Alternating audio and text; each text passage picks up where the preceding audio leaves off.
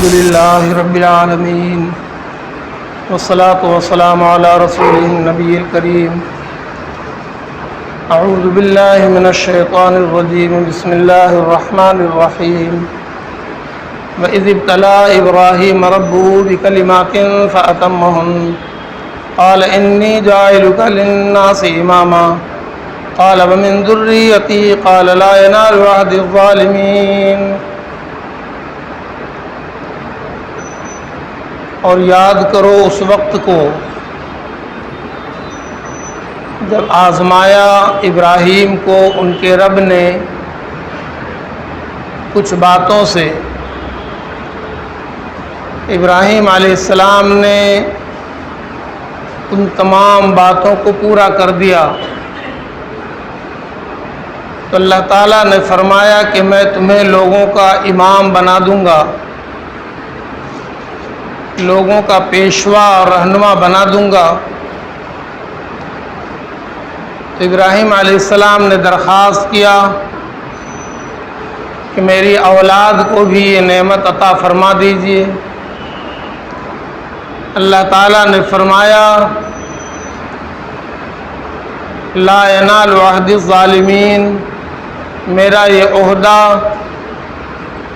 ان کو نہیں مل سکتا ہے جو اللہ کی نافرمانی کرنے والے اور ظلم کرنے والے ہیں.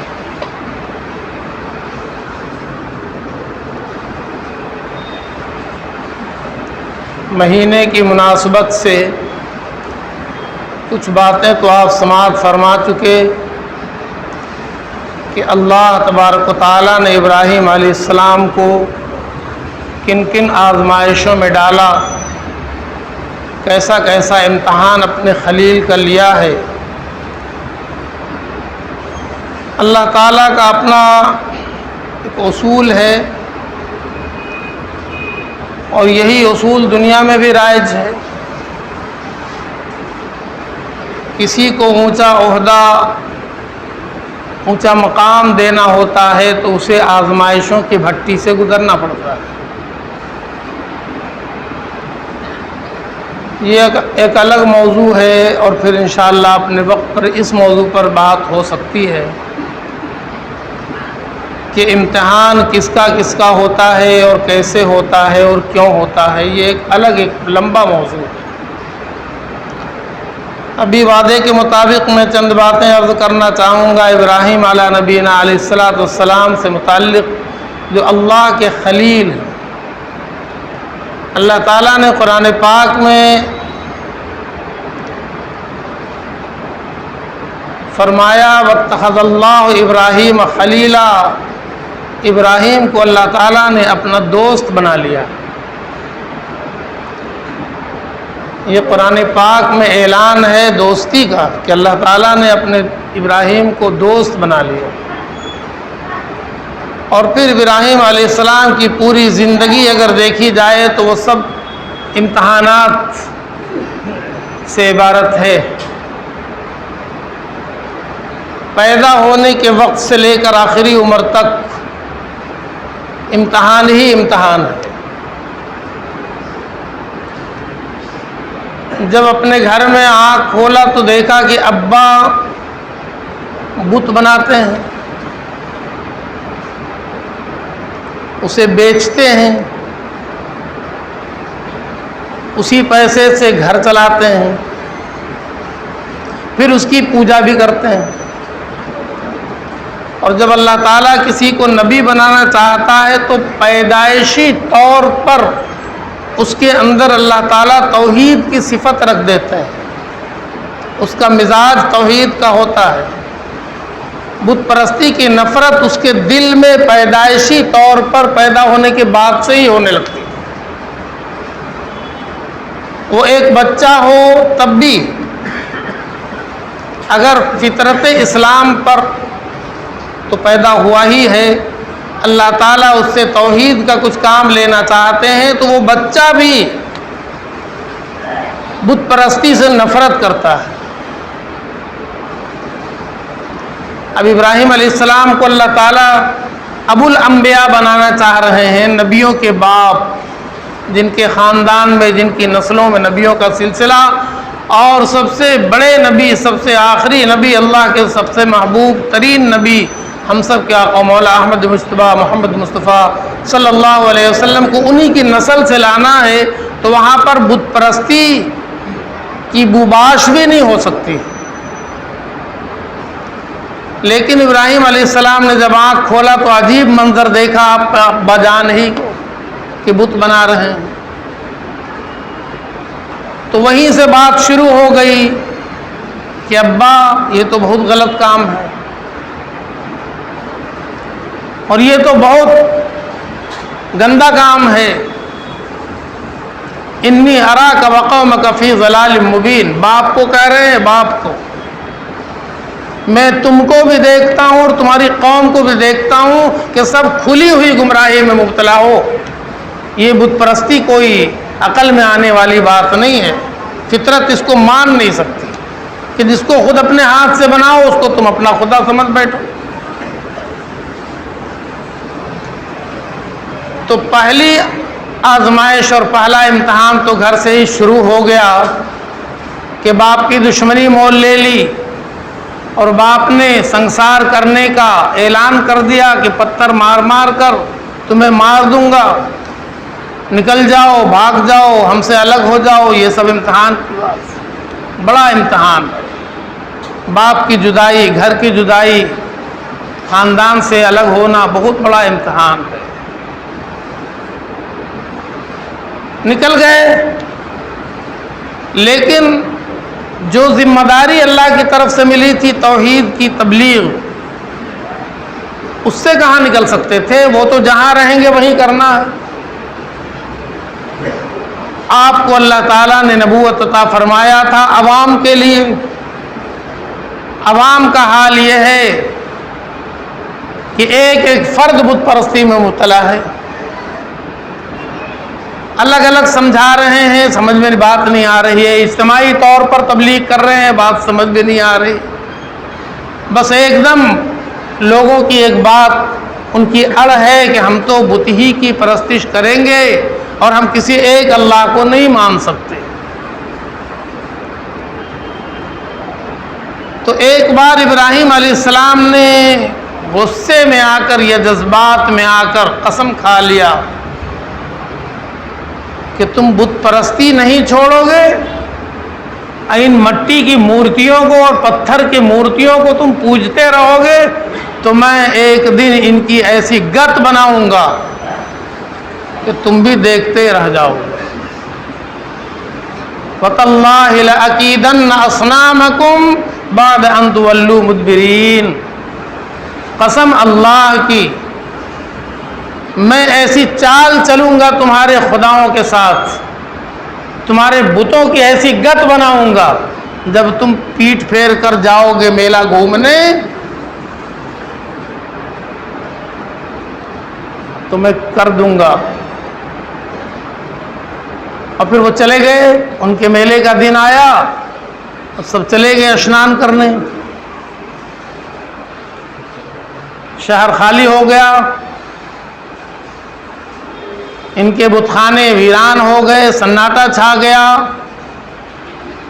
چوہوں کا بلیوں کا بول بالا ہو گیا۔ جو چڑھا کر گئے تھے اپنے خداؤں پر وہ چوہے اچھل اچھل کر کھا رہے تھے، کوئی آدمی ان کی پوجا پرستش کرنے والا، جھاڑ پوچھ کرنے والا نہیں تھا۔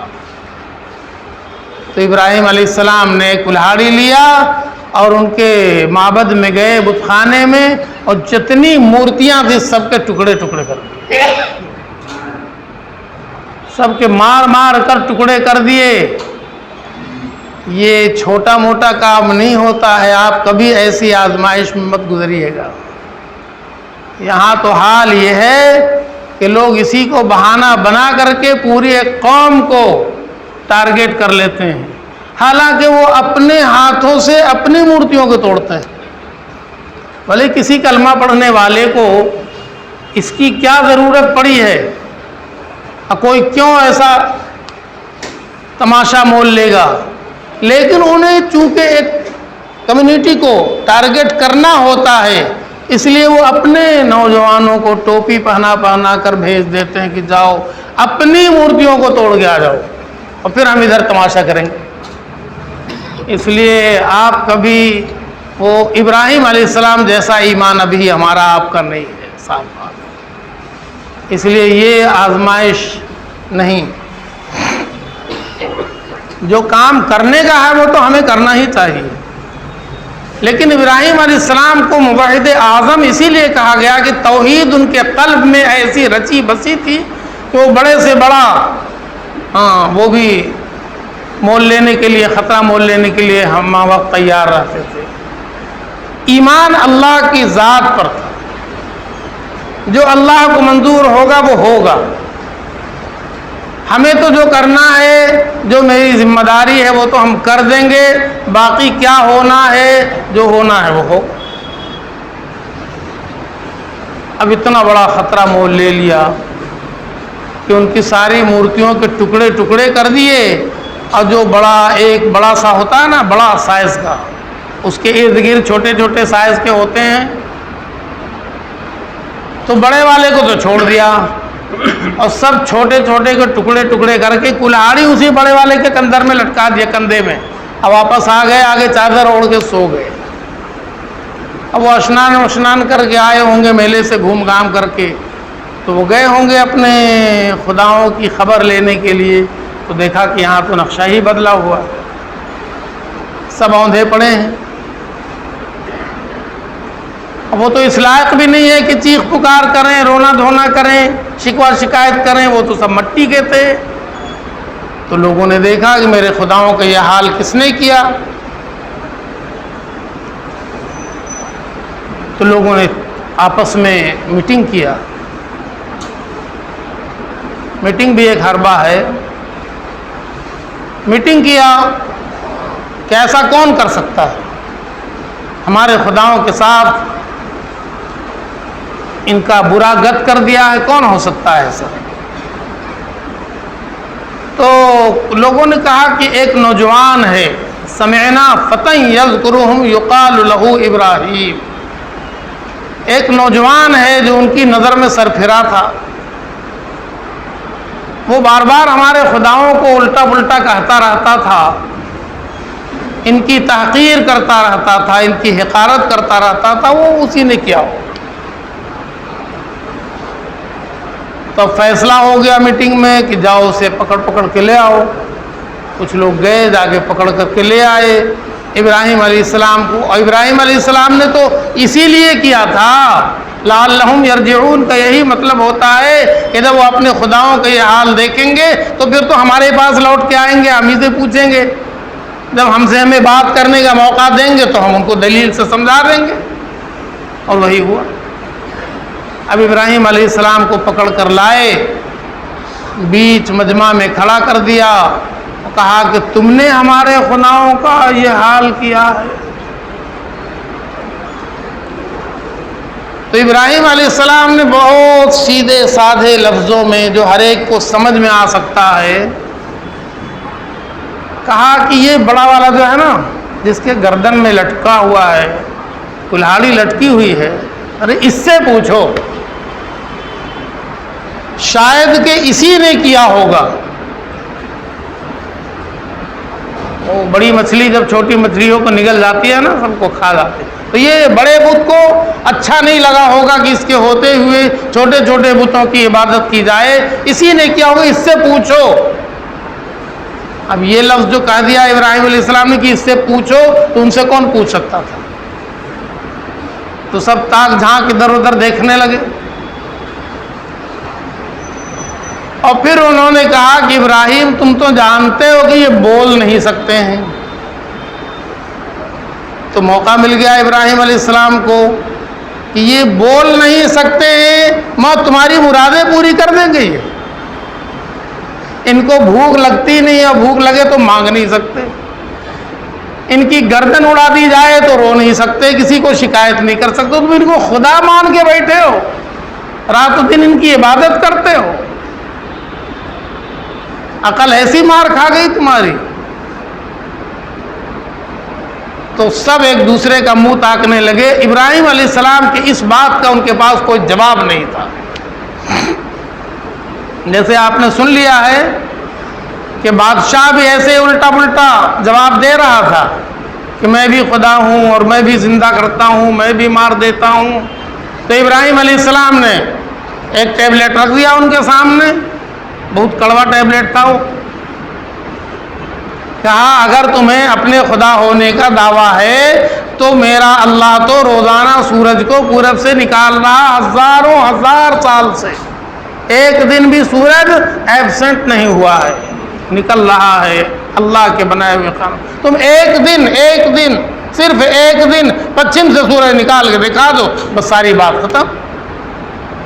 فبہت الذی کفر, وہ بادشاہ ایسا لاجواب ہوا کہ اس کے پاس کوئی جواب بنا نہیں, بن بھی نہیں سکتا.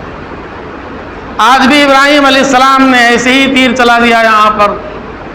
کہا جب یہ بول نہیں سکتا ہے تو یہ خدا کیسے ہو سکتا ہے؟ اب بھی توبہ کر لو. مگر توبہ ان کے مقدر میں لکھا ہوا نہیں تھا. جہنم کو ان سے بھرنا تھا, تو انہوں نے کہا کہ ہم تو تمہیں جلا دیں گے.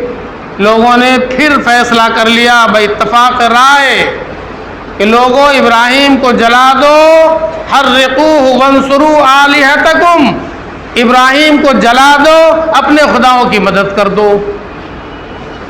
اب دیکھیں, خداؤں کی مدد کر دو, یہ بات آ رہی ہے سمجھ میں؟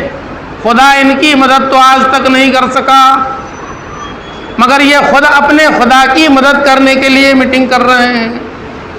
قالو, ابراہیم کو جلا کر کے, قالو حرقوہ, ابراہیم کو جلا دو, وانصروا آلہتکم, اپنے خداؤں کی مدد کرو. ابراہیم علیہ السلام نے آسمان کی طرف دیکھا کہ میرے اللہ, ہم نے تو وہ کام کر دیا جو مجھے دیا گیا تھا, میری ڈیوٹی تھی, میری ذمہ داری تھی. تبلیغ کا جو طریقہ ہو سکتا ہے, ادعو الی سبیل ربک بالحکمت والموعظۃ الحسنہ, میں نے موعظہ حسنہ سے اور حکمت سے میں نے ان کو سمجھا دیا, آپ کا پیغام پہنچا دیا. لیکن اب یہ ان کے سمجھ میں نہیں آیا, انہوں نے میرے خلاف فیصلہ کر لیا ہے, میرے خلاف قدم اٹھانے جا رہے ہیں. باقی تو اللہ آپ کے ہاتھ میں ہے. اور انہوں نے عمل بھی کر لیا, بادشاہ بھی انہی میں شامل, اور ساری پبلک. ابراہیم علیہ السلام اقلیت ہی میں نہیں تھے, اقل قلیل بھی نہیں تھے, واحد فرد تھے. ہم لوگ روتے ہیں کہ ہم لوگ اقلیت میں ہیں, وہ اکثریت میں ہیں اور وہ حکومت میں ہیں, ہم کیا کریں؟ ہم اقلیت میں ہیں 1,40,00,000, یہ پتہ نہیں کتنے ہیں, معلوم نہیں, مگر اقلیت میں ہیں. روتے ہیں کہ ہم کمزور ہیں, ہم تھوڑے ہیں, ہم تھوڑے ہیں.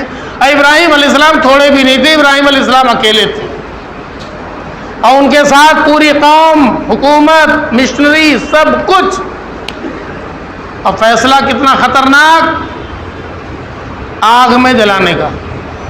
تو ہو گیا, تیاری شروع.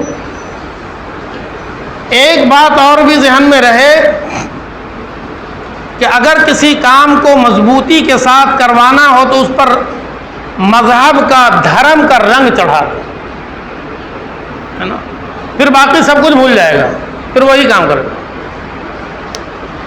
اگر اس ملک میں مسلمانوں کو تکلیف پہنچانا ہے تو ایک رنگ چڑھا کر بات کرو کہ اس ملک کو ہم اپنے مذہب کا ملک بنا دیں گے اور باقی سارے مذہب کو ہم یہاں سے ملیا میٹ کر دیں گے. بس ایک آواز اٹھی اور سب بھول گئے کہ ہمیں بھوک لگی ہے, سب بھول گئے کہ ہمارے بچوں کی تعلیم کا کیا ہوگا, سب بھول گئے کہ ہمارے نوجوانوں کو نوکری نہیں مل رہی, سب بھول گئے کہ صحت کا معاملہ کیا ہوگا, سب بھول گئے کہ تعلیم کا مسئلہ کیا ہوگا. کچھ نہیں چاہیے, ہمارے ملک کو ہمارے مذہب کا ملک ہونا چاہیے, بس اس کے لیے ساری قربانی جائز. مذہب کا رنگ چڑھا دیا, سارے مطالبات ختم. وہاں بھی اس کو مذہب کا رنگ چڑھا دیا گیا کہ ابراہیم کو جلانے کے لیے آگ میں وہ آگ کی تیاری ہوگی, لکڑیاں جمع کرو اور وہ ثواب کا کام ہوگا. ان کی نظر میں بڑا ثواب کا کام ہو تو ہر ایک دوڑے. گھر میں کھانا پکا ہو نہ پکا ہو مگر 2-4 لکڑی ضرور لے کے جا رہے ہیں ابراہیم علیہ السلام کو جلانے کے لیے. اور لکڑی جمع ہو گئی. کتنی لکڑی جمع ہوئی ہوگی کوئی اندازہ لگا سکتا؟ اندازہ صرف اس بات سے لگایا جا سکتا ہے کہ جب وہ دہک گئی ہیں لکڑیاں، آگ کی لپٹیں اٹھ رہی ہیں، تو اب مسئلہ کھڑا ہو گیا دوسرا کہ ابراہیم علیہ السلام کو اس آگ میں ڈالے گا کون؟ جو ڈالنے جائے گا وہ خود جلے گا. کون ڈالے گا؟ اس کی لپٹ تو اتنے دور سے آ رہی ہے، ان کو لے کے جائے گا کون وہاں پھینکنے کے لیے آگ میں؟ تو پھر میٹنگ ہوئی. اب نکالا گیا طریقہ منجنیق. اب اس کو ہم آج کے بڑے آسان زبان میں کہہ سکتے ہیں ہیوی کران. بڑے بڑے کران آپ تو گلی کوچوں میں دوڑ رہے ہیں. بڑے بڑے کران بڑی بڑی چیزوں کو اٹھا لیتے ہیں دور تک، پوری پوری ٹرین کو اٹھا لیتے ہیں. اسی شکل کی کوئی چیز بنایا انہوں نے منجنیق، رسیوں سے لکڑیوں سے بنا کر کے ایک جھولا ٹائپ کا بنایا. اس میں ابراہیم علیہ السلام کو زنجیروں میں جکڑ کر کے بٹھا دیا، باندھ دیا، اور مشین کو پتہ نہیں کتنے لوگوں نے مل کے چلایا ہوگا منجنیق کو کہ ابراہیم علیہ السلام ایک دم بیچوں بیچ آگ میں جا کے گرے. وہ ایک منظر تھا، ایک منظر تھا. ایسی آزمائش اور کسی کی ہوئی نہیں ہے. کوہرام مچ گیا زمین سے آسمان تک. زمین پر شاید کوئی ابراہیم علیہ السلام کے لیے آنسو بہانے والا نہ رہا ہوگا، لیکن آسمان کے فرشتے چیخ مار رہے تھے، اے اللہ یہ ہو کیا رہا؟ یہ زمین پر آپ کا کیا نقشہ ہے؟ آپ کا خلیل، جس کو آپ اپنا خلیل کہتے ہیں، وہ دشمنوں کے نرغے میں اس طرح زنجیروں میں جکڑ کر آگ میں پھینکا جا رہا ہے. میرے اللہ، آپ تو ہر چیز پر قادر ہیں، سب کچھ تو آپ کے قبضے قدرت میں ہے، آپ کا خلیل جل رہا. کیا نقشہ تھا؟ کوئی اندازہ کر سکتا ہے؟ تو اللہ تعالیٰ تو سب کچھ جان رہے ہیں، اور اللہ تعالیٰ جو کچھ کرنا چاہتے ہیں وہ کر ہی رہے ہیں، مگر فرشتوں کو تھوڑی سمجھ میں آئے گا. اللہ تعالیٰ نے کہا کہ جاؤ میرے خلیل کے پاس، پوچھو کیا چاہتے ہیں، جو کہیں وہ کر دو. میرے خلیل سے پوچھو. ایک دم سے ایک سیکنڈ میں، فرشتوں کے آنے میں ایک سیکنڈ بھی نہیں لگتا. اور سب سے طاقتور فرشتے آ گئے. یہ حضرت جبرائیل علیہ السلام کہ اللہ کے خلیل ہم سے نہیں برداشت ہو رہا. سارے فرشتے رو رہے ہیں، چیخ رہے ہیں. آپ ایک اشارہ کیجئے، ہم پر مار دیں گے، ساری آگ ٹھنڈی ہو جائے گی. جبرائیل علیہ السلام کو اللہ تعالیٰ نے 600 پر عطا فرمائے ہیں. 600 پر. ایک پر مار دوں ساری آگ بجھے گی. اللہ کے خلیل ابراہیم علیہ السلام نے کہا کہ مجھے تمہاری مدد کی ضرورت نہیں ہے، اللہ تعالیٰ کافی ہے. واپس جاؤ. اور دوسرے لائن میں لگے تھے فرشتے پانی والے. کہا ابراہیم علیہ السلام ہم سے نہیں برداشت ہو رہا، پانی برسانا میری ڈیوٹی ہے، ذمہ داری ہے. اور آپ اشارہ کریں. اللہ تعالیٰ نے کہا کہ پوچھ کے آؤ میرے خلیل سے، جو کہیں تب کرنا. آپ کہیں میں پانی برساتا ہوں ابھی، اور ایسی آگ سب سرد ہو جائے گی. فرمایا اللہ تعالیٰ نہیں دیکھ رہے کیا؟ اللہ نہیں جان رہے کہ ان کے خلیل کے ساتھ کیا ہو رہا؟ جب اللہ دیکھ رہے، اللہ جان رہے، پھر تمہاری مدد کی کیا ضرورت ہے؟ اگر اللہ یہی چاہتے ہیں کہ ان کا خلیل آگ میں جل جائے تو ہمیں 100 بار جلنا چاہیے. تم کون ہوتے ہو بیچ میں انٹرفیئر کرنے والے؟ وہ بیچارے فرشتے بھی واپس گئے. اور اللہ تعالیٰ نے تو پہلے ہی آگ کو کہہ دیا تھا کہ خبردار خبردار، میرے خلیل کا ایک بال بھی اگر جلانا تمہارا تو وجود ہی مٹا دوں گا. تم کو جلانے کے لیے تو ہم نے پیدا ضرور کیا ہے، لیکن میرے خلیل کا ایک بال بھی نہیں جلنا چاہیے. دنیا کا سارا چولہا جل جائے، دنیا کا سارا چراغ جل جائے، دنیا کی ساری چیزیں جل جائیں، تمہاری وہ ڈیوٹی ہے، مگر خبردار خبردار میرے خلیل کا ایک بال بھی نہیں جلنا چاہیے۔ وہ تو اللہ تعالیٰ نے آگ کو کہی دیا تھا، اب اللہ نے باضابطہ اعلان کر دیا، یا نار کونی بردن و سلام علی ابراہیم، اے آگ ٹھنڈی ہو جا لیکن برف نہیں ہونا، اتنی ٹھنڈی ہو جائے کہ ابراہیم کو مزہ آنے لگ جائے، و سلامن، اور سلامتی ہو جا، نقصان دینے والی ٹھنڈک بھی نہیں چاہیے، ایسی سلامتی ہو جا، ٹھنڈک ہو جا کہ ان کو سلامتی ہو جائے اور میرے خلیل کو مزہ آنے لگ جائے، اور مزہ آ گیا، آگ میں مزہ آ گیا، چاروں طرف آگ دہک رہی ہے، جل رہی ہے، ابراہیم علیہ السلام بیچوں بیچ میں آرام سے گل و گلزار میں اللہ کی نعمتوں کا مزہ لوٹ رہے ہیں۔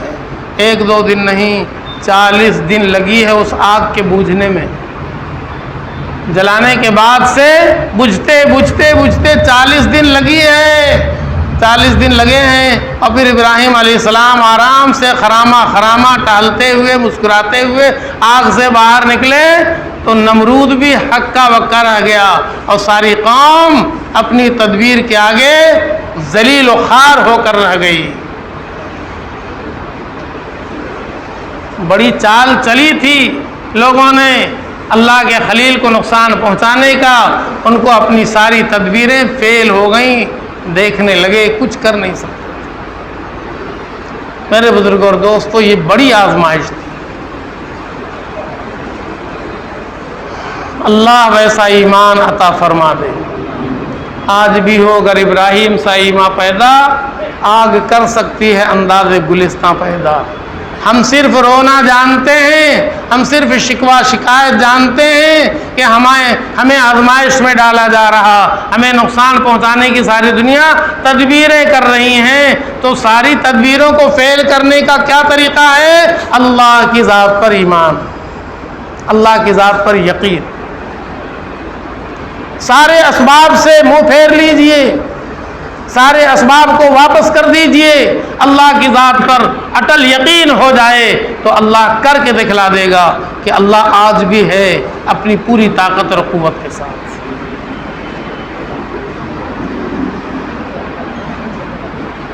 اب ابراہیم علیہ السلام چلے آئے شام، اور دل میں ایک تمنا جاگ گئی، تو دعا منہ پر آ گئی، رب حبلی من الصالحین، رب حبلی من الصالحین، اے اللہ مجھے ایک اچھا سا نیک صالح فرما بردار لڑکا عطا فرما دیجیے۔ ہر ایک انسان کی فطرت ہوتی ہے، اور نبی بھی انسان ہوتے ہیں، اور اللہ سے ایسی دوستی ہے، اللہ سے ایسی محبت ہے کہ بڑھاپے میں مانگ لیا اللہ تعالیٰ سے اولاد، بیٹا مانگ لیا، اللہ تعالیٰ کو بھی مزہ آ گیا کہ چلو میرے خلیل نے مجھ سے کچھ تو مانگا۔ فبشرناہ بغلام حلیم، اللہ نے فرمایا آپ صالحین میں سے بیٹا مانگ رہے ہو، ہم تم کو بڑا فرما بردار حلیم بیٹا دے رہے ہیں۔ یہ حلیم اور سلیم، اگر یہ 2 صفت والا بیٹا جس کو مل جائے نا دنیا میں، وہ جنت ہے، وہ جنت کے مزے لوٹے گا انشاءاللہ۔ اولاد حلیم ہو اور اولاد سلیم ہو۔ ابراہیم علیہ السلام نے سلیم مانگا، صالحین میں سے مانگا، تو اللہ تعالیٰ نے فرمایا فبشرناہ بغلام حلیم، ہم حلیم بیٹا، حلیم کھانے کی چیز نہیں ہوتی، وہ ہوتی ہوگی، حلیم کھانے کی چیز ہوتی ہے، لوگ بیچتے ہیں حلیم۔ حلیم کے مطلب وہ بچہ جس کے دل میں باپ ماں کی عزت و قدر ہو، اور باپ کی ہر ایک بات پر ہاں کہہ دے، حلیم اسی کو، جو برداشت کرنے والا، باپ ڈانٹ بھی دے تو مسکرا کے برداشت کر لے، حلیم اسی کو۔ اللہ تعالیٰ نے عطا فرما دیا، اور بیٹا کس سے ہوا یہ سب آپ کو معلوم ہے کہ دوسری بیوی سے ہوا ہے، ہاجرہ سے۔ سارا پہلی بیوی تھی، ان سے نہیں ہوا، اب دوسری بیوی سے بیٹا ہو گیا۔ یہ بہت بڑی آزمائش ہے، بہت بڑی آزمائش۔ ایک بیوی کے ہوتے ہوئے دوسری بیوی کو اولاد ہو جائے تو پہلی بیوی پر جو گزرتی ہے نا، وہ تو سب جانتے ہیں، ایک شخص کی اگر 2 بیویاں ہوں تو دونوں کیا کہلاتی ہیں آپس میں؟ 100 کن۔ کن جانتے ہیں؟ کن کا مطلب معلوم ہے؟ لوہار کی بھٹی میں کبھی بیٹھ جائیے گا، خدا نہ کرے بیٹھ جائیے آپ، تو وہ جو لوہا کو گلانے کے لیے وہ کوئلے کے نیچے ڈالتا ہے، اوپر سے کوئلہ ڈالتا ہے، وہ اپنی دھکنی کو یوں کھینچتا رہتا ہے تو بھک بھک اس میں سے جو دھواں نکلتا ہے نا، اس دھوئیں میں ذرات ہوتے ہیں کوئلے کے بھی اور لوہے کے بھی، اب وہ کسی کے آنکھ میں پڑ جائے تو خیر نہیں ہے، وہ دونوں آنکھ میں ایک ایک کن بھی اگر پڑ گیا، اسی کو کن بولتے ہیں، وہ لوہے کے ذرات کو، کوئلے کے ذرات کو کن بولتے ہیں، ایک ایک کن بھی اگر دونوں آنکھ میں پڑ گیا نا تو پھر اس کی خیریت نہیں، دونوں آنکھ لال ہو جائے گی۔ اور ایک بیوی کو ہوتے ہوئے دوسری بیوی آ جائے تو وہ 100 کن ہے، 1 کن 2 کن 4 کن نہیں ہے، وہ 100 کن ہے۔ اب آپ سوچ لیجئے کہ اس کے آنے سے شوہر کے دونوں آنکھ پر کیا اثر پڑ سکتا ہے۔ 100 کن، اور بھی اولاد نہیں ہے تب تو چل رہا تھا، جب اولاد ہو گئی تو اب کدھر چلنے والا ہے؟ تو حضرت سارہ نے کہا کہ اس کو تو ہٹانا ہوگا، سرتاج سلامت اس کو میری نظر سے آپ دور کر دیجیے، یہ برداشت سے باہر کی بات ہے۔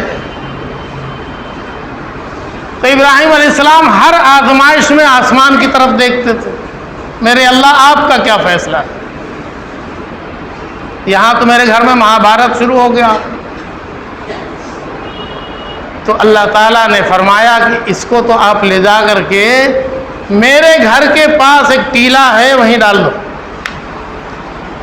یہ کتنا بڑا امتحان ہے، اللہ آپ نے اتنے پیار محبت سے ہمیں بیٹا عطا فرمایا اور آپ کہہ رہے ہیں کہ بیوی ماں کو بھی بیٹے کو بھی اپنی نظر سے دور کرو، لے جاؤ کہاں؟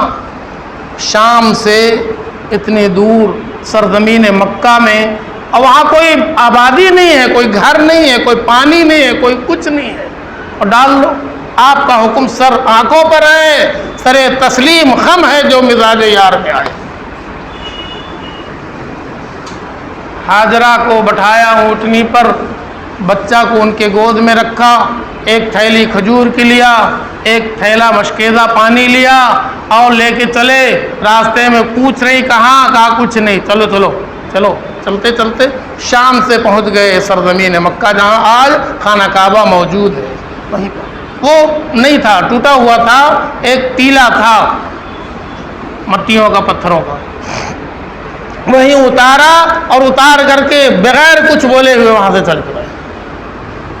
اب یہ عورت ذات سوچ رہی ادھر کوئی مکان نہیں، کوئی انسان نہیں، کہیں پانی کا انتظام نہیں، اور یہ ہم کو چھوڑ کر ایک عورت کو، ایک بچے کو جنگل میں چھوڑ کے چلے جا رہے ہیں، پتہ نہیں ان کے دل میں کیا آ گیا ہے، کیوں ناراض ہیں، پیچھے پیچھے پیچھے پیچھے چلی جا رہے ہیں، اور ایک دم جنت المالا کی جو ابھی جو قبرستان ہے وہاں تک پہنچ گئی، اونچائی پر ہے۔ وہاں جا کے حضرت حاضرہ نے پوچھا اللہ نے حکم دیا ہے ایسا کرنے کا؟ رک گئے، کہا نام، ہاں اللہ نے حکم دیا ہے۔ تو حاضرہ واپس آ گئیں، اذن لا یضیعون اللہ، تب اللہ ہمیں ضائع نہیں کرے گا، آپ تو اللہ کے ہر حکم کو پورا کرنے والے ہیں، جب اللہ کا حکم آ گیا تو ہم اس میں کیا کر سکتے ہیں، چلو۔ واپس آ گئیں، اس جگہ پر رہیں۔ اب ان تفصیلات میں تو ہم نہیں جائیں گے، وقت نہیں ہو بچ رہا ہے۔ پھر وہ اسماعیل وہیں پر پلتے رہے، اور اب ذرا کھیلنے کودنے کی عمر آ گئی اسماعیل علیہ السلام، اور یہ جاتے تھے کبھی کبھی دیکھ لیتے تھے، شام سے وہاں جانا اور پھر بیوی کو بیٹا کو دیکھ کے آنا، کئی بار گئے آئے۔ اب بچہ کھیلنے کے لائق ہو گیا، دوڑنے کے لائق ہو گیا، تو اللہ تعالیٰ نے سب سے بڑا امتحان پھر ڈال دیا۔ فلما بلغ معه السعي قال يا بني اني ارى في المنام اني اذبحك فانظر ماذا ترى۔ اب وہ بچہ کھیلنے، جب پیار ایک دم انفمان جوش میں ہوتا ہے کہ میرا بچہ اب دوڑ رہا ہے، مزہ آتا ہے دیکھ کے کہ میرا بچہ دوڑ رہا، کھیل رہا، مزہ لے رہا، تو ہر باپ کا دل خوش ہوتا ہے۔ اسی عمر میں آنے کے بعد حکم دے دیا کہ اس کو اپنے ہاتھ سے ذبح کر۔ کتنا بڑا امتحان ہے یہ کسی کے لیے۔ ابراہیم علیہ السلام نے کر کے دکھلا دیا۔